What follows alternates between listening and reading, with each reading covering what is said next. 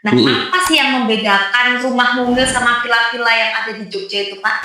Kalau kami yang di Villa Mungil ini 450 juta itu hak milik. Artinya nih kemungkinan terburuk, meskipun kami yakin itu nggak akan terjadi. Villanya nggak laku, nggak ada yang sewa. Simple, 450 juta hari. 20 tahun yang akan datang dengan lokasi di Triwidadi, Pajangan, dekat dengan UIN, dekat dengan Hampara, STIE, dekat dengan Jalan Wates, mudah akses ke UMY, kira-kira nih dengan luasan tanah yang sama, dengan bangunan ada private poolnya, 20 tahun yang akan datang 2 miliar laku dong, Pak. Pasti laku. Karena kalau kemudian panjenengan boleh perbandingkan dengan beberapa villa yang lain nih, yang lain itu kan sewa. Iya, leasehold itu ya. Leasehold itu saat 20 tahun ya sudah habis kepemilikannya. Kalau ini hak milik. Sehingga tadi yang saya sampaikan ini bisa untuk invest, menjadi uang yang bergerak, menjadi pendapatan, menjadi passive income. Tapi di sisi yang lain saat dia ingin stay di Jogja, maka ini menjadi tempat yang sangat aman, sangat nyaman untuk meningkatkan kualitas hidup. Jadi beli rumah mungil hari ini, tahun depan dijual udah naik 10%. Itu capital gain-nya karena hak milik dia. Selain itu, saat itu kemudian dikelola oleh Rivora sebagai manajemen asetnya, maka dia akan mendapatkan pendapatan rutin per bulan atas orang yang menyewa villa itu. Nah, kenapa sih Pak Sigit itu ada pikiran untuk membuat villa rumah mungil itu di Jogja sih, Pak? Jadi gini, Mbak, seperti yang panjenengan tahu, Jogja ini adalah kota yang unik, sangat-sangat unik diperbandingkan dengan beberapa kota-kota lain. Orang merasa bangga, dia tidak tinggal di Jogja, tapi dia punya aset di Jogja. Dengan harapan aset itu nantinya bisa untuk tempat tinggal. Dengan harapan aset itu nantinya bisa untuk hidup di masa tua. Tapi mereka bisa hidup dengan nyaman. Terlebih suasana yang ada di situ itu di pegunungan Triwidadi. Bangun tidur lihat sawah. Jadi masih sejuk, masih asri gitu ya, Pak ya? Amat sangat sejuk sekali begitu. Betul. Karena lokasinya sangat-sangat menarik. Nyaman. Dalam tanda petik tersembunyi, tetapi di seputaran itu nantinya tahun 2026 ini UIN mulai dibangun, yang berjarak hanya kurang lebih 3-4 km dari lokasi. Kemudian ada STIE Hampara yang juga akan mulai dibangun. Jadi ini titik yang di masa depan itu pasti titik yang sangat-sangat baik. Terlebih di seberang itu ada semacam bukit begitu, Sultan Ground. Kan pasti akan terjaga. Nggak mungkin diapa-apain, nggak mungkin dibangun juga ya, Pak. Halo semuanya, selamat datang di podcast Rumah Mungil. Jadi hari ini kita akan berbincang-bincang terkait investasi, properti, dan tentunya banyak peluang-peluang bisnis lainnya. Jadi narasumber kita hari ini adalah Pak Sigit. Siapakah Pak Sigit itu? Pak Sigit adalah pemilik Rumah Mungil. Jadi langsung kita panggil aja Pak Sigit. Selamat Halo Pak Sigit. Pagi, sehat Mbak? Pagi, alhamdulillah sehat Pak Sigit. Jadi kita sedang membicarakan ini nih Pak Sigit tentang Rumah Mungil. Sebenarnya apa sih itu Pak, Rumah Mungil itu? Jadi Rumah Mungil itu adalah komplek villa, yang mana villa itu ditawarkan untuk mereka-mereka yang menginginkan investasi, memiliki villa, menikmati villa, dan sekaligus mendapatkan pendapatan dari villa. Jadi kalau untuk Rumah Mungil sendiri nih Pak nih, itu lokasinya ada di mana sih Pak? Lokasinya ada di Banten. Oh, Jogja ya Pak? Jogja ya. Jadi lokasinya Rumah Mungil itu lebih tepatnya ada di Kelurahan Triwidadi. Pedukuhannya gua, Kecamatan Pajangan, dari UMY hanya sekitar 5-10 menit. Kemudian tempatnya benar-benar tempat di mana di situ orang bisa menepi dan menyepi. Oh, gitu. Jadi kalau Mbak Dewi tahu itu mana ASEAN itu naik ke atas. Oh, jadi sebenarnya nih Pak nih, apa sih yang membedakan rumah mungil itu sebagai nilai plus dari villa-villa yang lainnya Pak? Jadi kalau di Jogja itu kan saat ini sudah beberapa tahun ini berkembang konsep leasehold. Ya. Jadi orang dengan dana tertentu, katakanlah 300 sampai 400 juta begitu, mereka berinvestasi di villa. Tetapi villa ini posisinya itu bukan hak milik. Jadi sewa. Sewa kurang lebih 20 tahun, kemudian dana investasinya untuk membangun, kemudian dikelola dan mendapatkan pendapatan. Jadi investor itu hanya punya hak sewa 20 tahun. Nah, di rumah mungil ini investor itu memiliki. Jadi dana yang mereka keluarkan itu membeli aset. Jadi investasinya membeli, sehingga sertifikatnya menjadi hak milik atas nama investor. Jadi pembedanya lebih ke pengamanan. Ya, keren banget sih. Berarti selain kita mendapatkan passive income, kita juga mendapatkan aset gitu ya Pak ya? Jadi konsepnya dibalik Mbak. Oh. Kalau orang membeli villa leasehold yang sewa, itu dia hanya akan mendapatkan pendapatan sewa. Tapi kalau di rumah mungil ini, begitu dia membeli, maka dia dapat aset senilai transaksinya. Kemudian karena ini hak milik, maka dia dapat dua hal. Kalau dia investasi di leasehold, maka dia hanya dapat ROI, pendapatan atas investasi. Tapi kalau di rumah mungil ini, dia dapat dua hal. Dia akan mendapatkan capital gain, jadi beli rumah mungil hari ini, tahun depan dijual udah naik 10%. Itu capital gain-nya, karena hak milik dia. Selain itu, saat itu kemudian dikelola oleh Trivora, sebagai manajemen asetnya, maka dia akan mendapatkan pendapatan rutin per bulan atas orang yang menyewa villa itu. Jadi double keuntungan Mbak Dewi. Iya, menarik banget ya Pak ya. Jadi untuk rumah mungil sendiri nih Pak nih, itu mengusung konsep yang seperti apa sih Pak? Mbak sebentar, masa nggak ditawarin? Sampai belum nawarin minum nih Pak, oke silakan Pak. Oke Mbak, makasih. Seger ya Pak ya? Pahit. Jadi untuk rumah mungil sendiri nih Pak nih, itu sebenarnya mengusung konsep yang seperti apa sih Pak?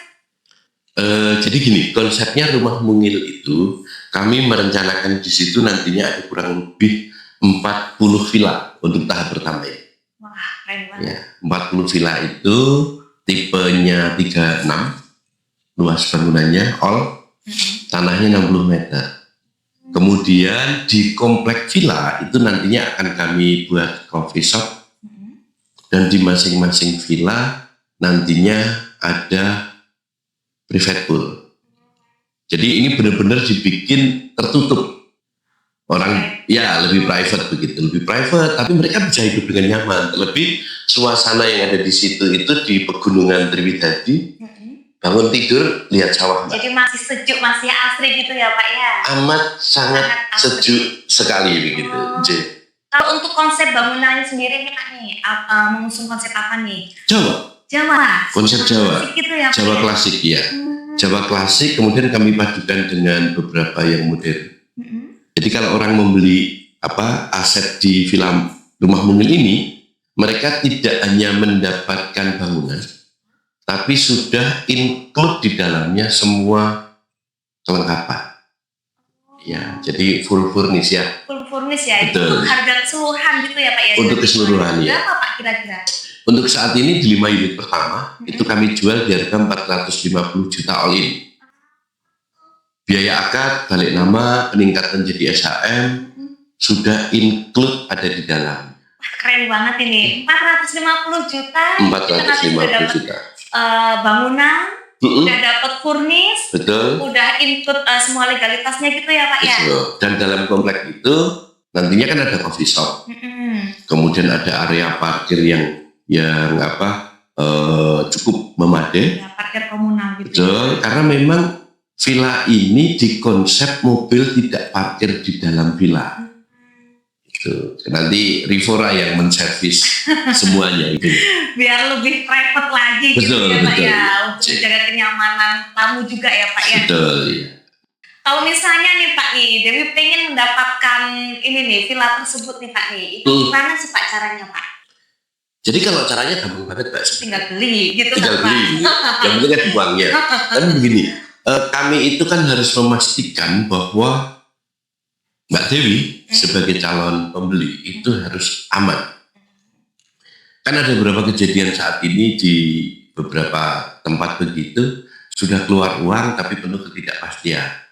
Nah, kami ingin memastikan bahwa Mbak Dewi selaku konsumen nih, itu saat membeli betul-betul aman, baik itu secara legalnya ataupun aman secara pembangunannya, sehingga pembayarannya tidak full payment di depan. Oh, jadi untuk skema pembayarannya tuh?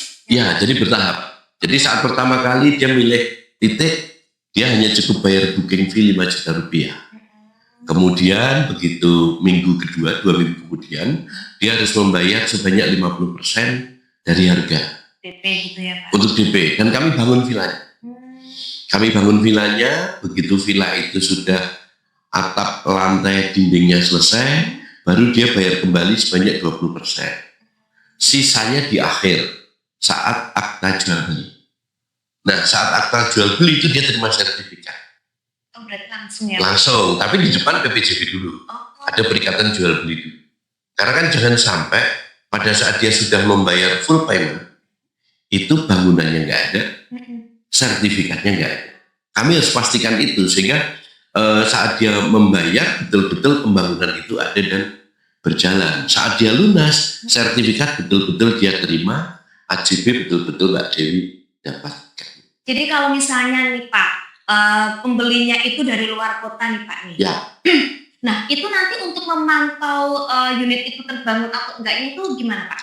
By video atau gimana Pak? Kami bisa lakukan video on time. Jadi misalkan Mbak Dewi beli nih, kebetulan Mbak Dewi tinggalnya tidak di Yogyakarta. Kemudian pengen tahu Pak, bagaimana progres kami? Ya kami akan langsung video di situ, video call sambil melihat bagaimana progresnya. Nah, untuk ini manajemen pengelolaan Pak Fisal. Ya. Nah, untuk manajemen pengelolaannya itu gimana Pak? Pengelolaan villanya setelah nanti dibangun gitu. Ya. Jadi nanti kami akan partnership. Jadi saat ini ada salah satu manajemen villa yang sudah partnership dengan kami, di mana dia nanti akan mengelola villa itu dengan bagi hasil. 70% pendapatan bersih itu diberikan untuk pemilik villa. Jadi 30-70. Kemudian kami sudah coba tes pasar, kami coba cek pasar, villa di sekitaran itu harga per malamnya saat ini di angka kurang lebih 800.000 rupiah per malam. Iya, kan ada private poolnya. Betul, dengan fasilitas yang hampir mirip lah. Gitu. Kalau kami private pool, kalau mereka poolnya komunal. Betul. Nah, untuk Rivora, untuk rumah mungil sendiri nih Pak. Rumah mungil itu nanti kira-kira nih rate harganya mau di angka berapa nih per day-nya? Kami masih main harga bawah. Jadi di sekitaran 800, kami nantinya akan buka per malam di angka 500.000 rupiah per malam, dengan okupansi awal itu hanya di kisaran 30-50%. Sementara rata Jogja itu okupansi di angka 65%. Dengan hitungan itu ROI-nya tak hitung 24% lah pertama. Tapi mohon maaf, tahun kedua dong hitungnya saat pembangunannya sudah benar-benar. Iya, tahun pertama kan belum jadi ya. Tahun kedua unitnya banyak, itu okupansinya bisa di angka itu. Nah, apapun itu ya, apapun yang namanya investasi pasti berisiko. Ya kan? Risikonya kalau nggak laku gimana? Oh iya, kalau nggak laku itu gimana? Nah, kalau laku kan dia punya sertifikat. Oh iya. Beli 450 juta all in dengan capital gain 10% per tahun, gitu. Tahun kedua sudah di harga hampir 500. Dan kami optimis itu angka itu ada. Betul, karena lokasinya sangat-sangat menarik. Nyaman, dalam tanda petik tersembunyi, tetapi di seputaran itu nantinya tahun 2026 ini UIN mulai dibangun. yang berjarak hanya kurang lebih 3-4 km dari lokasi. Kemudian ada STI Hamfara yang juga akan mulai dibangun. Jadi ini titik yang di masa depan itu pasti titik yang sangat-sangat baik. Terlebih di seberang itu ada semacam bukit begitu, Sultan Ground. Kan pasti akan terjaga. Nggak mungkin diapa-apain, nggak mungkin dibangun juga ya Pak ya. Dan sawahnya itu milik pemerintah Kaluraha. Wah mantap. Jadi kayaknya kalau jual kan nggak mungkin, dirubah jadi gedung ya nggak mungkin. Artinya suasana alam asri itu akan terjaga amat sangat lama sekali itu Mbak. Ada, aku jadi penasaran banget sih, pengen banget datang ke Rumah Mungil nih Pak nih. Berarti nih Pak Sigit nih, untuk Rumah Mungil sendiri nih, segmen pasarnya itu siapa sih Pak? Jadi kalau mengenai segmen pasar itu, target market kami adalah mereka-mereka yang secara finansial sudah cukup mapan. Karena pembelian di kami hanya ada 2 model, cash keras dan cash tempo, tidak ada KPR. Artinya segmen pasar kami adalah mereka-mereka yang punya spare finansial, kemudian menginginkan uang itu tidak hanya diam, tapi kemudian bisa memberikan pendapatan dalam bentuk pasif income. Dengan hitungan ROI di angka 24% per tahun, kemudian dengan capital gain di angka 5-10% per tahun, menurut hemat kami, investasi ataupun pembelian yang dilakukan itu masih sangat-sangat worth it dibandingkan dengan menempatkan dana di tabungan, di reksadana ataupun bahkan di saham. Karena kan potensi loss-nya sangat-sangat kecil.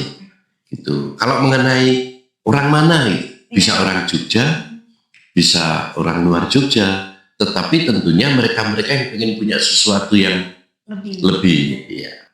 Kalau misalnya nih orang itu beli Rumah Mungil, cuman berniat untuk tidak disewakan, tapi mau ditempatin sendiri, itu apakah bisa Pak? Secara prinsip bisa, hanya saja sebenarnya agak aneh kalau orang membeli villa ini untuk ditempati dalam rentang waktu panjang. Kecuali begini, orang sudah punya rumah di luar kota, kemudian mereka pengen stay di Jogja, menikmati masa tua. Tinggal di Rumah Mungil sangat nyaman, hanya saja tentu manajemen pengelolaannya nanti berembuk dengan manajemen pengelolaan yang ada, mengenai bagaimana bulanannya dan lain-lain. Karena kan ini butuh maintain, tidak seperti memaintain rumah pribadi gitu ya. Untuk Peterpool itu kan juga lumayan juga ya. Betul. Nah, kenapa sih Pak Sigit itu ada pikiran untuk membuat villa Rumah Mungil itu di Jogja sih Pak? Jadi gini Mbak, seperti yang panjenengan tahu, Jogja ini adalah kota yang unik, sangat-sangat unik diperbandingkan dengan beberapa kota-kota lain. Orang merasa bangga, dia tidak tinggal di Jogja, tapi dia punya aset di Jogja. Dengan harapan aset itu nantinya bisa untuk tempat tinggal. Dengan harapan aset itu nantinya bisa untuk hidup di masa tua. Ya karena Jogja ini unik. Budayanya unik, nilai-nilai sosial masyarakatnya unik. Banyak hal yang unik, tapi keunikan yang bikin nyaman. Orang mengatakan di Jogja itu slow living gitu ya. Kehidupan yang sangat pelan gitu.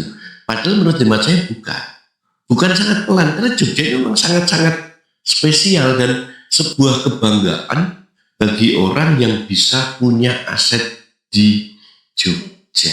Nah, kemudian kepikiran kenapa ya jadi Rumah Mungil itu villa. Ini mengkombin bahwa mereka punya aset di Jogja. Kemudian secara tempat dan sebagainya, ini untuk kehidupan di masa depan sangat-sangat baik. Itu di konsep Jawa, ya kenapa ya? Karena Jogja, nilai-nilai Jawa, nilai-nilai Jogja itu luar biasa bagus, yang itu bagi banyak orang kalau dia bisa masuk, dia bisa menikmati itu, standar kualitas hidupnya naik. Nah, kalau kemudian panjenengan boleh perbandingkan dengan beberapa villa yang lain nih. Yang lain itu kan sewa. Iya, leasehold itu ya. Leasehold itu saat 20 tahun ya sudah habis kepemilikannya. Kalau ini hak milik. Sehingga tadi yang saya sampaikan ini bisa untuk invest. Menjadi uang yang bergerak, menjadi pendapatan, menjadi passive income. Tapi di sisi yang lain saat dia ingin stay di Jogja, makanya menjadi tempat yang sangat aman, sangat nyaman untuk meningkatkan kualitas hidup. Berarti ini rumah mungil ini juga bisa untuk warisan turun-temurun juga ya Pak ya? Iya. Ya kan bisa dimiliki selamanya. Iya, ya. Jadi misal Mbak Dewi tinggal di kota lain, di Jakarta begitu. Kemudian usia masih 30-40 tahun, punya dana, beli villa rumah mungil. Selama Mbak Dewi masih berkegiatan di Jakarta, belum kembali ke Jogja, maka ini disewakan, dikelola oleh manajemen aset. Suatu ketika berwisata ke Jogja, bisa tinggal di situ karena dengan manajemen asetnya kami sudah komit bahwa dalam 1 tahun pemilik villa ini boleh menikmati villa selama 12 hari gratis. Oh, ada free stay-nya. Ada free stay-nya. Itu. Kalau itu dikeluhkan kepada aset manajemen. Tapi kalau menjadi suatu ketika nih 5-6 tahun, 10 tahun ke depan Mbak Dewi ingin stay di situ, ya tinggal berdiskusi dengan aset manajemen mengenai biaya pengelolaan. Yang nilainya nggak besar, tapi cukuplah untuk menjadikan villa itu terus berjalan.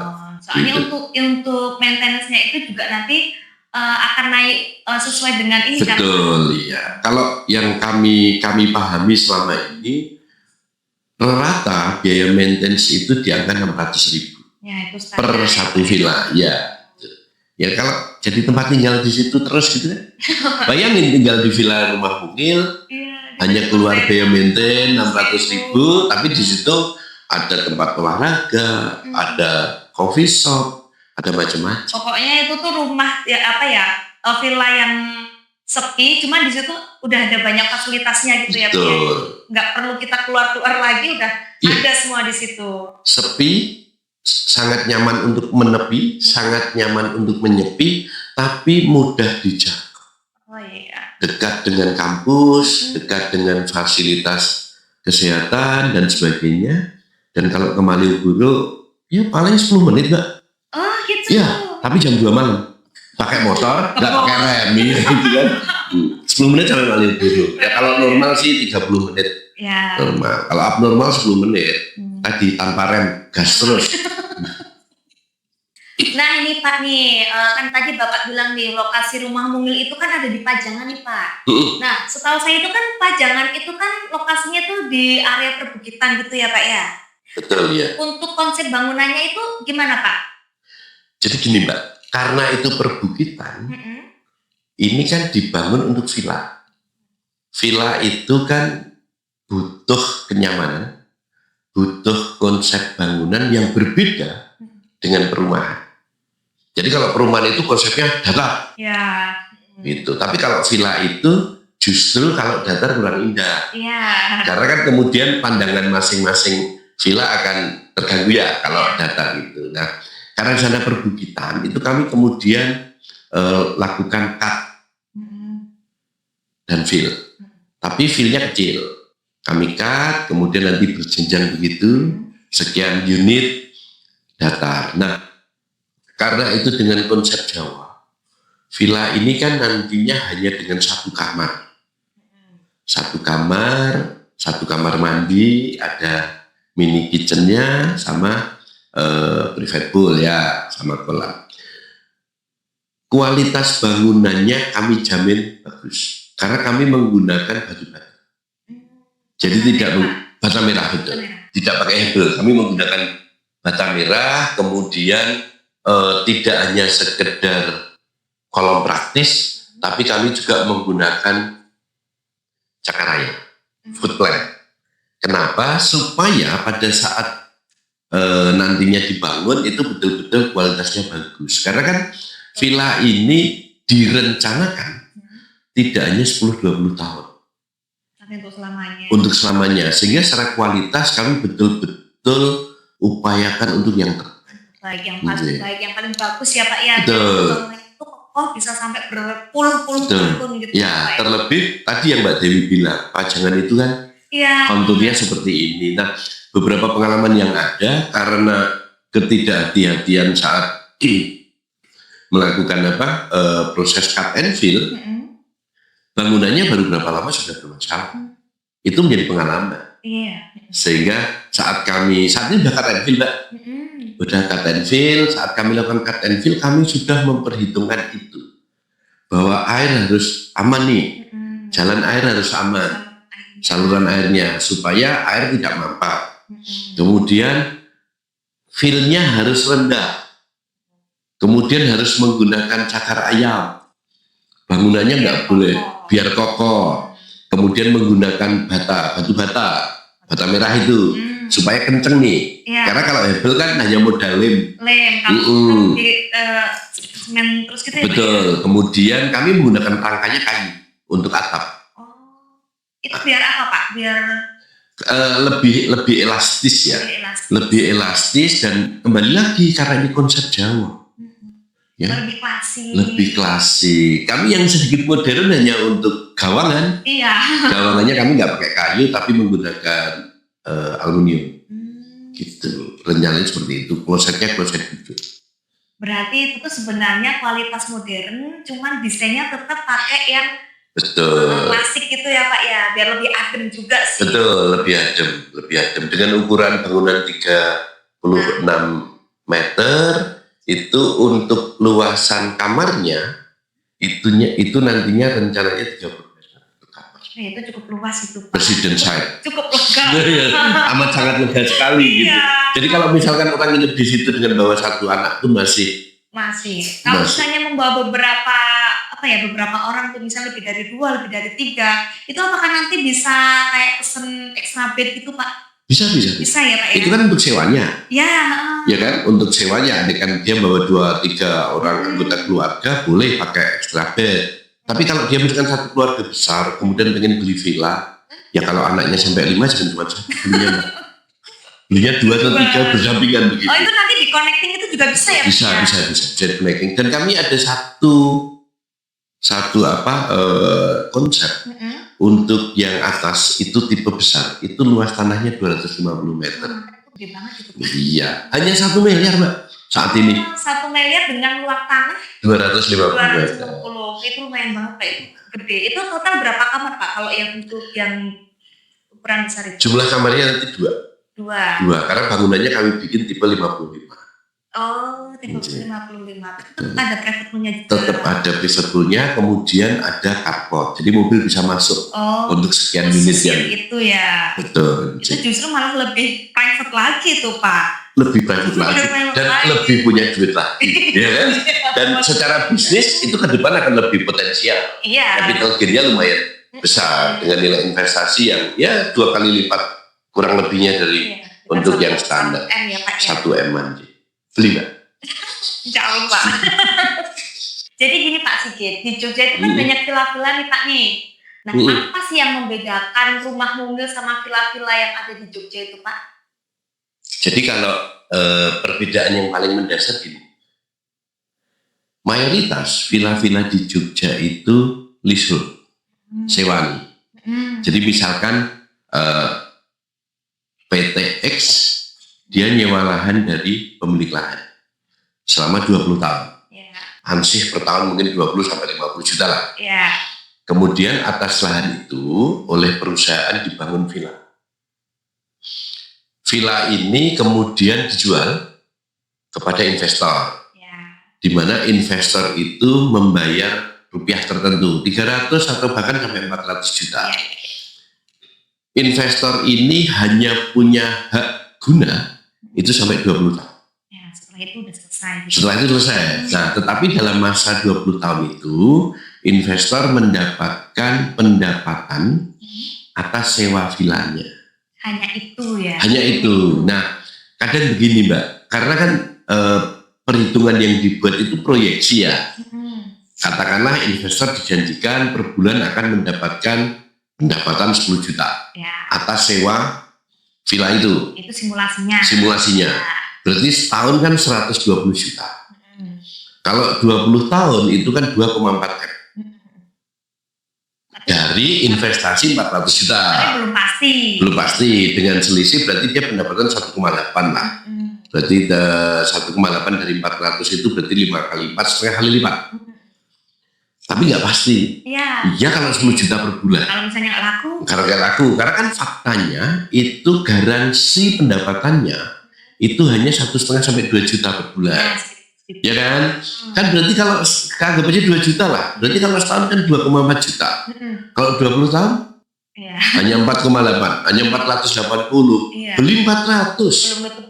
Belum operasionalnya, belum nutup gitu. Nah, kalau kami yang di Villa Mungil ini 450 juta itu hak milik. Artinya nih kemungkinan terburuk, meskipun kami yakin itu nggak akan terjadi. Villanya nggak laku, nggak ada yang sewa. Simple, 450 juta hari. 20 tahun yang akan datang dengan lokasi di Triwidadi, Pajangan, dekat dengan UIN, dekat dengan Hampara, STIE, dekat dengan Jalan Wates, mudah akses ke UMY, kira-kira nih dengan luasan tanah yang sama, dengan bangunan ada private pool-nya, 20 tahun yang akan datang, 2 miliar laku nggak? Laku dong Pak. Pasti laku. Karena fakta, ini fakta Mbak. Saya itu kan punya rumah sekitar situ.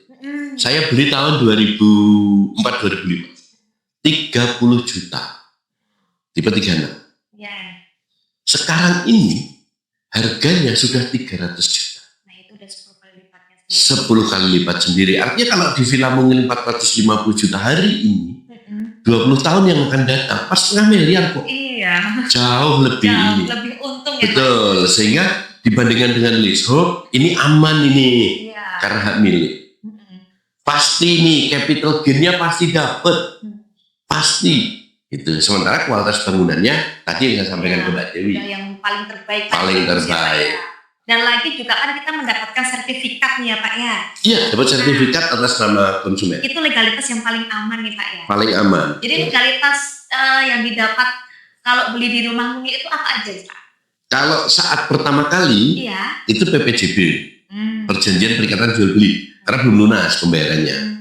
Kemudian dia bayar lagi 50%, kita mulai bangun unitnya di tahapan tertentu, nambah pembayaran lagi. Pembayaran terakhir pelunasan itu dia terima sertifikat. Langsung dan akta jual beli di notaris PPAT Bantul. Aman sih kalau dari sisi itu. Itu mas sangat-sangat aman. Soalnya di Indonesia itu legalitas SHM, sertifikat SHM itu udah yang paling aman. Betul. Aman. Soalnya kan kalau mohon maaf ya, kalau leasehold itu kan kita dapatnya kan hanya perjanjian aja ya Pak ya. Ya, dan gini, leasehold itu kalau kemudian ada problem dengan pemilik lahan. Misalkan nih si pengelola itu ada komitmen tertentu dengan pemilik lahan. Kemudian komitmennya tidak bisa dijalani. Pemilik lahan melakukan, mohon maaf, gugatan. Yang kena dampak ya investor. Sementara uangnya nggak balik. Nah, kalau di case-nya freehold-nya Villa Rumah Mungil ini tidak akan pernah mungkin ada komplain dari pemilik lahan, karena pemilik lahannya kami. Soalnya dibeli. Saat ini sertifikatnya atas nama PT. Sehingga saat transaksi dari nama ke atas nama konsumen atau investor, awalnya SHGB ditinggalkan jadi SHM. SHM Mbak nanti. Berarti sangat-sangat aman ya. Kalian perlu khawatir, kalian akan mendapatkan sertifikat hak milik atas nama kalian gitu. Jadi sangat aman. Gini Pak, jadi Rumah Mungil itu kan tujuannya untuk disewakan nih Pak nih, untuk mendapatkan passive income ya Pak ya. Nah untuk perizinannya sendiri itu gimana Pak? Dan izin masyarakatnya setempat itu gimana Pak? Jadi kalau mengenai perizinannya dalam kami membangun sebuah kawasan, baik itu perumahan ataupun untuk usaha, itu kan ada izin peruntukan lahan. Nah, kami sudah mendapatkan PKKPR-nya. Kemudian site plan-nya sudah disetujuin, dan kemudian PBG kawasannya sudah oke. Kemudian proses sertifikatnya saat ini sudah SHGP atas nama perusahaan. Artinya secara perizinan clear. Nah, karena ini kan kawasan pemukiman nih, warga sekitar. Nah, kemudian kami membangun villa dengan konsep bisnis yang tadi saya sampaikan ke Mbak Dewi. Masyarakat itu secara prinsip itu mendukung. Alhamdulillah. Saya bisa untuk menaikkan kawasan masyarakat itu sendiri. Betul. Dan kebetulan secara personal saya kan cukup dekat dengan masyarakat. Mereka bahkan berharap bahwa proyek ini benar-benar running dengan baik. Kemudian memberikan kebaikan, memberikan kemaslahatan untuk mereka. Dan ini mohon maaf Mbak Dewi, tanpa bermaksud apapun ya. Secara personal saya sudah berpikir kalau setiap penjualan satu unit itu ada bagian untuk masyarakat.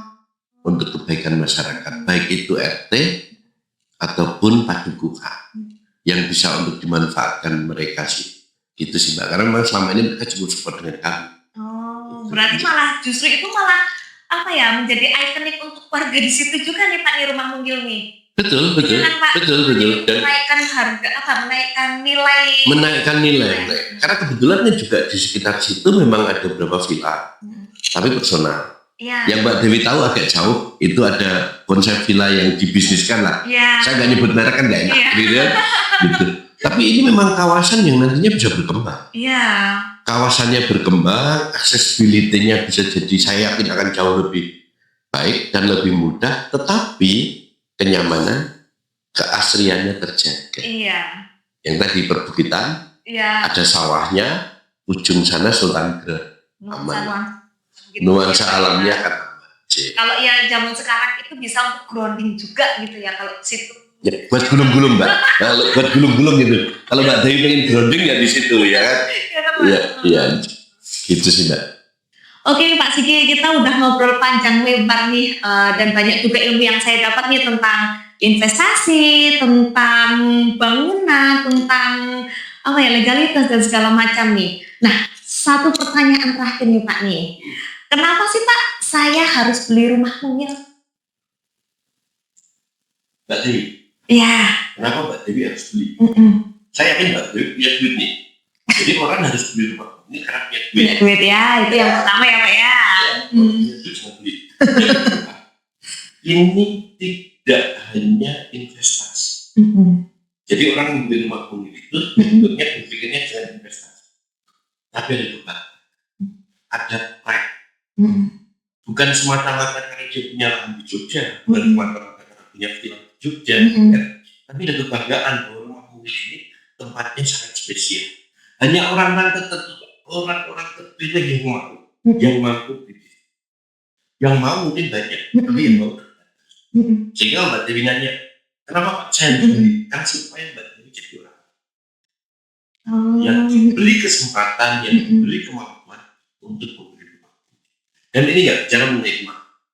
Tidak semua orang yang punya uang itu bisa membeli.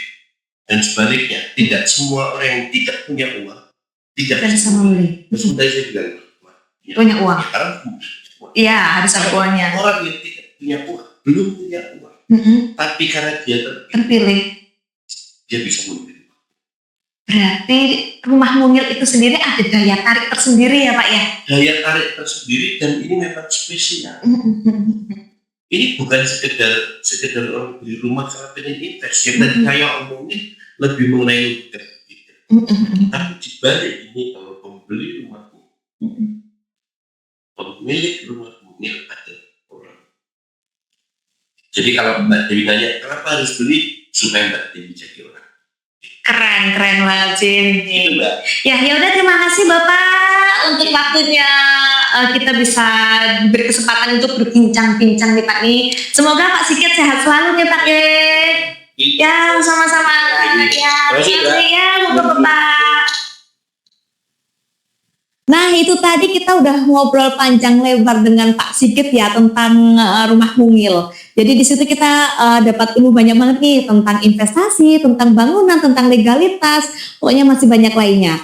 Nah jangan lupa untuk kalian follow sosial media kami ya. Saya pamit, terima kasih.